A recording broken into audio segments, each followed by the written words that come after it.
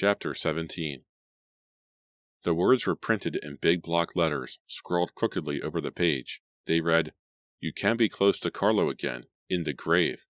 This is you, dead meat, if you talk." Jillian held the note in two hands, bringing it close to her face, her eyes sweeping over it again and again. Randy had her hands pressed tightly against the sides of her head. Her chin quivered. She backed toward the kitchen door. The foul odor of the rotten meat began to overwhelm me. I stared down from the note to the thousands of white maggots crawling over the meat. Then, as my stomach began to lurch, I followed Randy out of the kitchen. I glanced back in time to see Jillian crumple the note into a ball and toss it angrily against the wall. Her expression didn't reveal fear, only rage. She let out a frustrated cry, and balling both hands into tight fists, followed us to the living room. The sour smell seems to follow me. It's in my clothes, I thought, shuddering with disgust. It's in my skin. I began to itch all over. I pictured the white maggots crawling on my shoulders, crawling up my neck, and up and down my back. I couldn't wait to get home and take a long hot bath, but I knew I couldn't just leave without trying to comfort Jillian first. "It's just a cruel joke," Randy said, dropping down beside Jillian on the green leather living room couch. I perched on the arm of the matching green leather armchair across from them. "It's not a joke," Jillian murmured with more bitterness than fear. "What happened to Carlo wasn't a joke. This isn't a joke, it's a real threat." "Who could have put that in there?" Randy demanded, glancing at me. "Where did you have your backpack today, Jillian?" "It could have been anyone," Jillian sighed. "This morning I left my backpack in the music room when the chorus went down to the auditorium to practice, and I left it in the gym last period so I wouldn't have to go all the way back to my locker after study hall." "So you never saw anyone fooling around near it?" I asked. Jillian shook her head, her auburn hair swinging with it. "Who would do such a horrible thing?" she wailed, waving her fist in front of her. "I have to throw out the whole pack now. And what about my books and my notebooks? They smell horrible, and they're crawling with maggots." "It had to be someone who knows about the secret vow," I murmured, thinking out loud. "How many people know about the vow?" "Just us," Jillian replied, frowning. Then she added, "and Todd." "Todd didn't do this?" Randy said quickly. "How do you know?" I demanded. Randy glared at me. "Todd just wouldn't," she snapped. Her eyes locked on mine for a long time.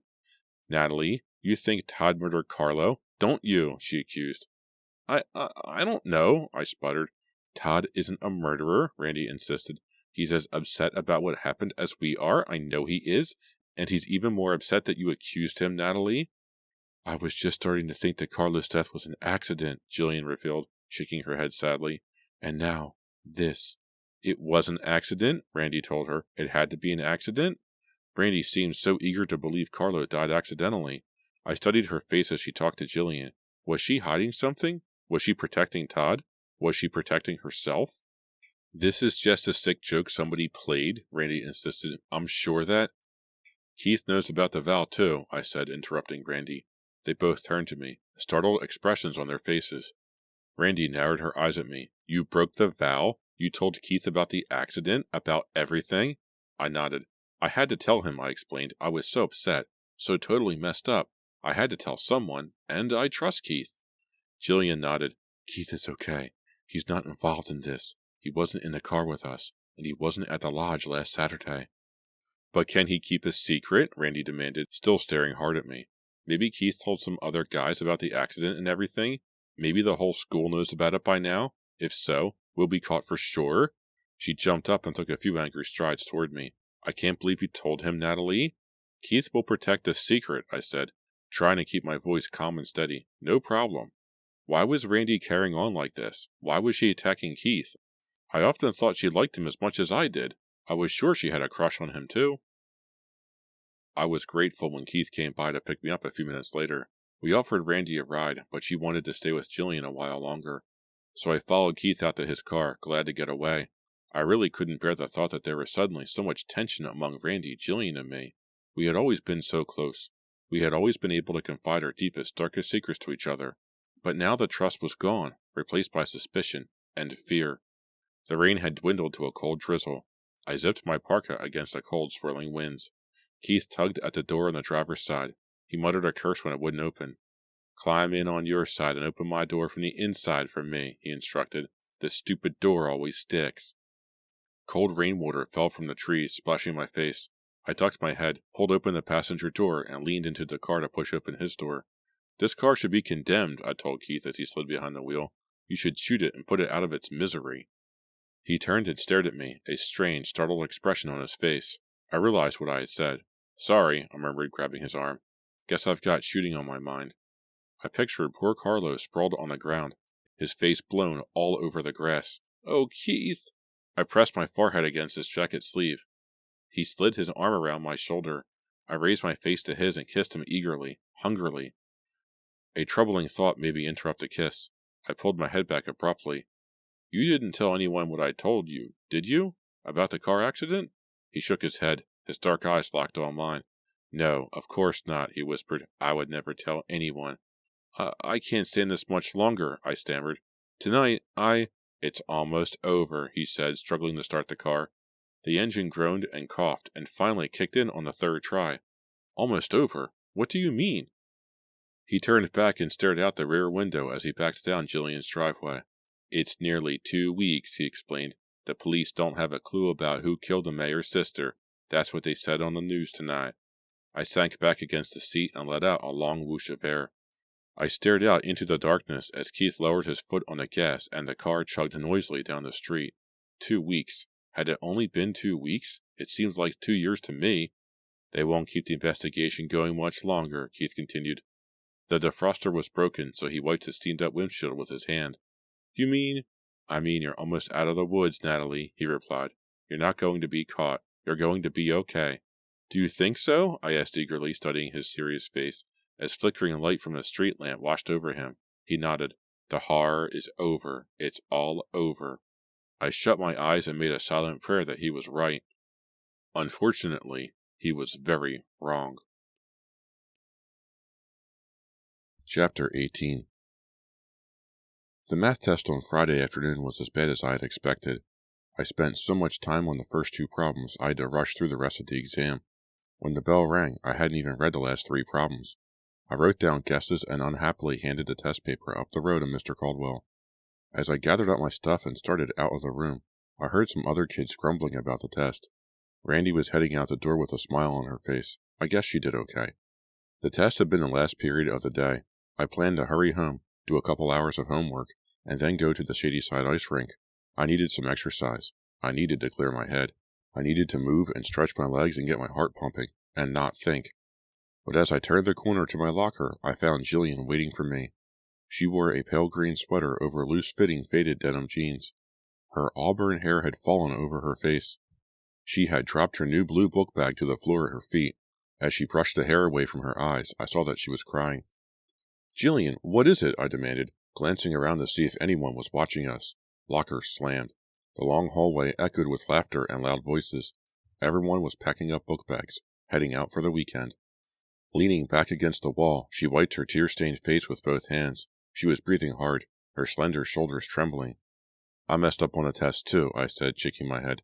It was really unfair. The first problems were the hardest. I'm not upset about the test, Jillian murmured, brushing a wet strand of hair off her face, and then she added with emotion, I don't care about the stupid math test. I dropped my backpack beside hers. Jillian, do you want to go somewhere and talk? I suggested softly. She shook her head. Nothing to talk about, she muttered. Her chin trembled. Natalie, I'm going to the police. Excuse me? I moved out of the way as the janitor wheeled a wide cart of chairs toward the auditorium. The cart made so much noise as it clattered over the floor, I wasn't sure I had heard Jillian correctly, but I had. I have to, Jillian insisted shrilly. I can't sleep. I can't eat. It's driving me crazy. I didn't reply. I stared at her troubled face. 1,000 thoughts rolled through my mind. She's right. We should all go to the police and confess. It's the right thing to do. If she tells the police, our lives will all be ruined. If we just keep the secret, we'll all be okay. There were no witnesses, no clues. I have to persuade Jillian not to go. I have no right to keep Jillian from doing what she thinks is best. 1,000 thoughts, all of them contradicting each other. I feel as if Carlo is telling me to go, Jillian continued, wiping a tear off her pale cheek. Carlo? What do you mean? I asked. I can hear his voice, Natalie, Jillian replied. I hear Carlo. I hear him right now. He's telling me what to do. He's telling me to do what he planned to do, to go tell the police the truth.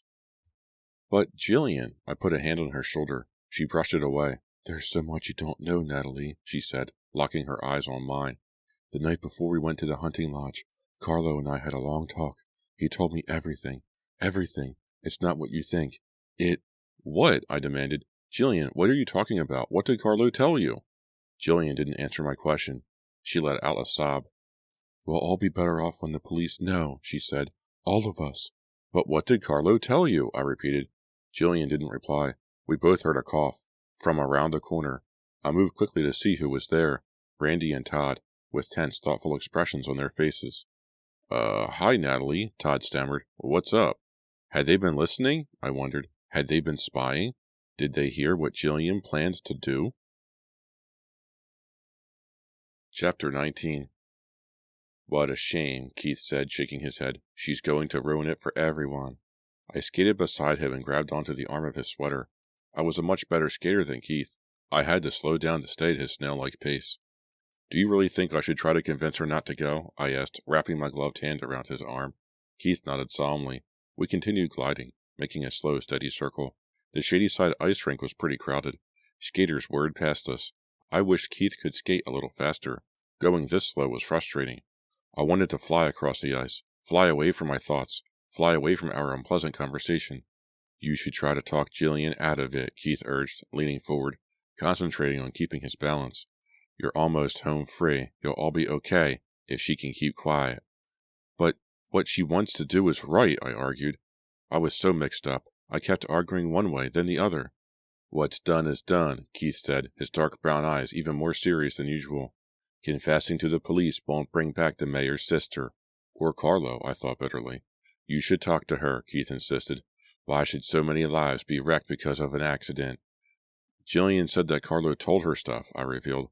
"The night before he died, Carlo told her he was going to the police." Keith's expression turned to surprise. "He told Jillian stuff? What kind of stuff?" I shrugged. We nearly collided with two little kids, bundled up in heavy down coats and wool caps, awkwardly trying to skate backward. "You and Carlo were such good friends," I said. "Did he talk to you too? Did he tell you about the accident?" Keith shook his head. "He never said a word to me, Natalie. Carlo kept the secrecy vow." We skated in silence for a while. I could see that Keith was really upset. His features tensed. His eyes narrowed thoughtfully. "I wish he had talked to me," he muttered. "I wish I had talked to Carlo. Maybe I could have helped him. Maybe I could have made him feel better about things." Keith turned his head away. I think he was crying and didn't want me to see. Two girls from school waved to me from the refreshment stand. I waved back half-heartedly and continued skating beside Keith. "Natalie, I have to go," Keith stammered, still avoiding my eyes. I held on tightly to his arm. "No, stay," I insisted. "Keep skating. It'll make you feel better." He pulled free of my grasp. "No, really." He finally turned to me. His eyes were sad and troubled. He chewed his bottom lip. "Let's go. I'll drive you home." I hesitated. "I think I want to skate some more," I told him. I felt guilty. Was I abandoning him when he needed me? "Stay a little longer," I urged. "Some exercise will make you feel better." He shook his head. "I really can't. I told my dad I'd be home early anyway. I'm just not in the mood. Sorry. It's okay if I go without you?" "Yeah, I'll get a ride with someone else," I said. He turned awkwardly and slowly started to skate toward the exit. "Call me later," I shouted after him. He didn't seem to hear me. He skated off the rink without looking back. I watched him drop down on a bench to remove his skates. Then I turned away and started to skate. Faster. Faster. Until the other skaters, the signs, the refreshment stand, the onlookers on the sidelines, all became a blur of light and color. Faster. Faster. The cold, fresh air off the ice felt so good, so soothing. I forced all thoughts from my mind. The loud dance music from the speakers pounded through me, and I leaned forward and skated round and round, seeing no one, hearing only the throbbing drums and guitars. In my own world, I lost track of the time. When I finally stopped skating and gazed up at the big clock on the wall above the refreshment stand, I saw to my surprise that it was past 10 o'clock. I searched around for a friend who could drive me home, but I didn't recognize anyone in the rink. No problem, I thought. It's not a very cold night. I'll walk. My ankles and calves tingled from such a long skating session. I made my way off the ice, sat down, and pulled off my skates. My heart was pounding. My forehead dripped with perspiration, but I felt good. Tired but relaxed. I tucked the skates into their carrying bag, slung the bag over my shoulder, and made my way out of the front door of the rink. I stepped into a cold, still night. No wind at all. A pale half-moon hovered high over the winter-bare trees. A green van rolled slowly past. After it disappeared around the corner, the street stretched empty and silent. I shivered. I'm totally overheated, I realized. I'm probably going to catch my death of a cold. Zipping my red parka up to my chin, I jogged across the dark street. My leg muscles still ached. I scolded myself for being out of shape. There were still puddles on the sidewalk from the heavy rain the night before. I stepped around them carefully as I jogged in the direction of my house. The skate bag bounced heavily on my shoulder as I ran. I stopped to switch it to the other shoulder, and that's when I heard the footsteps behind me, and realized I was being followed. A stab of fear shot through my chest. I squinted into the darkness. Who's there?" I called. Silence. Then another footstep. A soft thud on the sidewalk. Another. Is there more than one of them? I wondered. I gasped, forced myself to turn away, forced myself to run. My shoes suddenly felt so heavy, I could hear the rapid footsteps behind me over the pounding of my heart. They're chasing me, I realized. They're gaining fast. They're catching up to me. I can't run much farther. I can't get away. The skating bag bounced hard against my back as I stopped short, and spun around to face my pursuers. I gasped in shock as I came into view under a street lamp. "What are you doing here?" I cried. Chapter 20. Randy and Todd hurried up to me, breathing hard. I stumbled back, my eyes darting around the deserted street. Was I in danger? In danger from these people I thought were my friends? "Why did you run?" Todd demanded breathlessly. "Didn't you hear us calling you?" Randy asked. I thought," I sputtered, but I wasn't sure what I thought. "Where's Keith?" Todd asked. "I thought you guys were skating together tonight." "He had to go home early," I explained. "I felt like skating, so—" My voice trailed off. Todd's blue eyes were trained on mine. He wore a bulky blue down vest over a gray sweater. In the dim light, he appeared even bigger and more frightening than usual to me. Randy's ski jacket was open, revealing a black sweatshirt over tight-fitting jeans. She gazed around the dark, empty street too, as if expecting to see someone. "What are you two doing here?" I asked, starting to feel more normal. "Why did you chase me?" "We chased you because you ran, Natalie," Randy replied, rolling her eyes. "I can't believe you didn't hear us." "You're not too speedy," Todd said, snickering. "You run like a girl." Randy rolled her eyes and gave him a shove. "Pig." "It's a little hard to run carrying these heavy skates," I told Todd, shaking the skate bag. "You still haven't told me why you were waiting for me." "We have to go to Jillian's," Randy said, glancing at Todd. "Excuse me?" I cried. "We have to what?" "We have to talk to Jillian," Todd said. "We have to convince her not to go to the police." "You heard?" I asked. They both nodded. A dark cloud passed over the moon. Shadows from the street lamp lengthened, then disappeared. The darkness settled around us. "She'll listen to you," Randy said, her eyes pleading with me. "Jillian trusts you, Natalie? If you tell her not to go to the police, she'll listen?" "But I don't think we should tell Jillian what to do," I replied, pulling up my parka hood. "I think Jillian has to do whatever her conscience tells her." "She can't," Todd insisted heatedly. Randy rested a hand on his arm, as if telling him to cool down. "We have to decide what to do as a group," she said. "We're all in this together." "We can't let her ruin it for all of us," Todd added, scowling. "I talked to my dad after dinner tonight. He said the mayor's about to give up the search. The police don't have a clue, so why should Jillian go tell them everything now?" "Because she can't stand it anymore," I replied, my voice breaking. "Because it's driving her crazy." "Let's go talk with her," Randy pleaded. "At least we can try. If we can't persuade her, well—" Her voice trailed off. "If we can't persuade her to keep quiet, then we should all go to the police station together," Todd said. I studied his face, trying to see if he was sincere. I couldn't tell. He gazed back at me blankly, no expression at all. "Okay," I said, sighing. "Let's go see her. But I don't think it will do any good." I followed them to Randy's car, the dark green Volvo, the car that had been in the accident, the car that had killed the mayor's sister. I shuddered as it came into view, parked at the curb just down the street from the skating rink. Did I really want to get back inside it? The car didn't cause the accident, I told myself. The car is just a car. We drove to Jillian's house in silence. Randy had the radio on low to the country station, but none of us was listening to it. Jillian lives in a tall, white-shingled house on Canyon Drive. There was no car in the driveway, but the living room lights were on. Randy pulled the car up to the house, then cut the lights and ignition. As we made our way up the walk to the front stoop, I wondered how Jillian would react to our visit. Would she be angry? Would she even listen? I glanced at Randy and Todd. They appeared nervous too. The half-moon floated out from under the clouds. Pale light washed over the porch as if casting us in a dim spotlight. Todd rang the bell. We waited, staring straight ahead at the white wood door.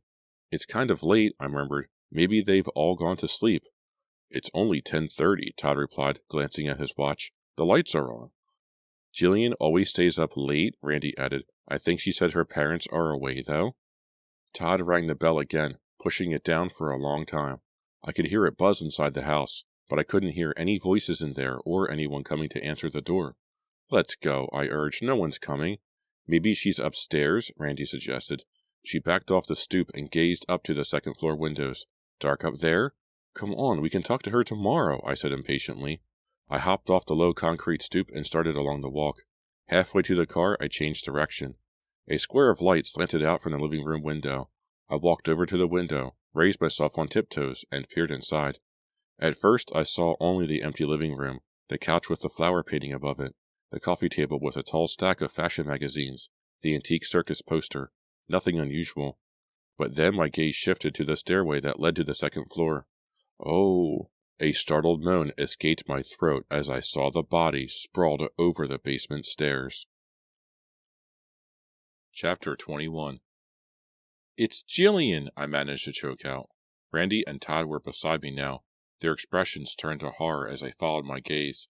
My heart thudding in my chest, I lurched to the front door. They followed right behind me. Jillian, please be alive, I thought. Please be alive. The desperate words repeated in my mind as I grabbed the doorknob and pushed. To my surprise, the door was unlocked. It swung open easily. The three of us burst inside, stopped at the bottom of the stairs. Please be alive. Please be alive. No. Jillian stared up at us through lifeless blank eyes. I let out a horrified cry. Her neck! I shrieked. She must have fallen down the stairs, I realized. She landed on her stomach, but her neck had been broken, so that her head was completely turned around. Her arms and legs sprawled over the bottom step and the floor, but her face stared up at us. Her mouth was frozen open in a silent scream. Her auburn hair spread under her like a pillow. Those eyes, those cold, dead eyes, staring up so accusingly. So much shock and pain in those eyes. The dead eyes, the head twisted backward. I knew I'd never erase them from my memory. I'll call the police, Randy stammered. She started toward the kitchen. Without realizing it, I had grabbed onto Todd's arm with both hands. Now he turned to me. Another accident, he whispered. Another horrible accident. The police came and went. Somehow I answered their questions. The three of us told her story again and again. Another accident, Todd had whispered to me. An accident. That's what the police decided, too. Our parents arrived soon after the police. I felt too dazed to answer their questions, to explain anything to them. Too dazed and frightened. Carlo, then Jillian. I didn't sleep. My thoughts churned inside me. Carlo, then Jillian. They had decided to go to the police and confess, but they had died before they had a chance. Accidents? I didn't think so. Tossing on my bed, feverish and dripping in sweat despite the cool night, I accused myself. Natalie, why didn't you go to the police sooner? Why didn't you go at once? Could 2 lives have been saved if you had gone? If you had told the truth about the accident that killed the mayor's sister? Would Carlo and Jillian still be alive? Such horrifying thoughts. My friends, I thought, Randy and Todd. They're my friends. We were all such good friends. But my friends must be murderers. They must have worked together. They're so desperate not to be caught. So desperate that the secret be kept. Randy and Todd. Yes, they worked together. They pushed Jillian down the stairs tonight. Then they waited for me outside the skating rink. They brought me to Jillian's. They knew she was dead. They pretended to be shocked. They pretended. They lied. They murdered. I sat up with a jolt. I felt as if I were drowning in my own bed. My chest was heaving. The blood throbbed at my temples. First thing in the morning, I decided I'll go to the police. I'll tell the whole story, from beginning to end. Nothing will stop me. Nothing. Mom and Dad had driven away early for a business meeting in Waynesbridge. They left me a scribbled note by my empty cereal bowl on the breakfast table. I glanced at it and set it back down. I poured myself a bowl of cornflakes, but I was too tense to choke it down. Leaving the half-full bowl on the table, I hurried back to my room. I pulled on a huge, long-sleeved yellow t-shirt over a short-sleeved t-shirt and the jeans I worn the day before, grabbed my red parka, peeked out at a blustery gray morning, zipped the parka, and hurried out to get the car. My parents had taken the Bonneville, but the old Civic was still in the garage. As I started to pull open the garage door, I rehearsed what I'd tell the police. I had already gone over it 100 times in my mind, but I wanted to get it all right. I wanted to tell it just the way it had happened. I had the garage door halfway up when I heard a car roll up the drive. Startled, I turned to see Randy's familiar green Volvo. I let go of the garage door and made my way over to her. She rolled down the window. Her face was pale, her eyes red-rimmed. I guessed that she hadn't slept much either. Guilty conscience? I wondered. Randy, what are you doing here? I demanded. I want to talk to you, Natalie, she replied sternly. No, I said bluntly, shaking my head. Her eyes filled with surprise. She started to say something, but I cut her off. I'm going to the police, I murmured in a low, steady voice. Right now.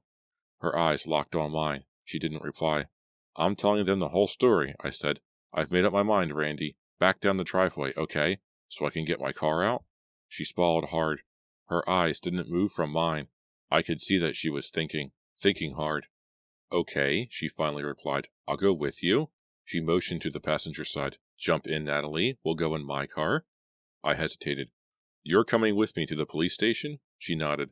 That's why I came over. I decided to go to the police too. I studied her face. Was she lying? She and Todd might have killed 2 of our friends. Was she serious about going to the police? Was this a trick? I'd rather go in my car, I stammered. The wind blew over a trash can in my neighbor's driveway. The sound made me jump. I heard the metal lid clatter down the driveway. The sky darkened. The air felt heavy and wet. The police will want to see my car, Randy replied. This is the car that was in the accident. They'll want to see it. Jump in, Natalie. I didn't want to ride with Randy. I realized I was afraid of her, afraid of my own best friend. But I couldn't think of an excuse. My mind whirred and came up with nothing. I shivered. The police will want to examine Randy's car, I realized. She's right about that. I took a deep breath.